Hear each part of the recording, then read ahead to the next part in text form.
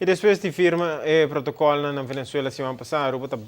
toma back parte de terreno de refineria. Se trata aqui de 4 terrenos específicos que o Ministério de Assunto Energético a especificar. Parte de terreno não serve para projetos para energia sustentável. E pida terreno, se botuma for de Arubus, na San Nicolás, caminho da Seitar, su shopta, pós-cantor, a banda de Banco CMB, Fojinanan, te banda de Santana, de Seiwijk, dus um pida relativamente grande, tá cai back de man de Aruba, país Aruba. Tem outra parte, não tem na gate 8, esse está banda de Lago Heights Hill Park, caminho da Hopi Biabo também está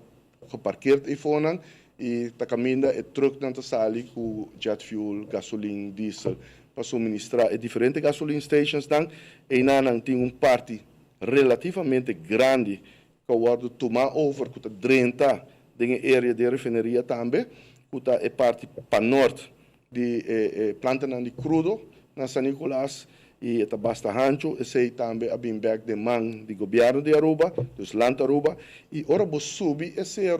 na Lago Heights Hill Park, e nanang tinha parte foi de nanang te caminho da Caliche Pet para fora de Lago Heights, tá? Banda de Porta Bosan conhecer o Lago Heights Center of assim a chama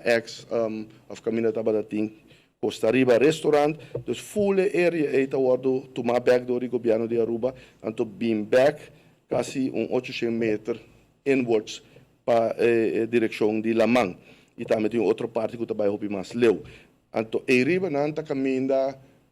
nós estamos bezig com projeto que também estabelecer solar park de 5 megawatts também está Riba nanta caminho casa de Lago Heights está e promete caia para trás e não bem adem.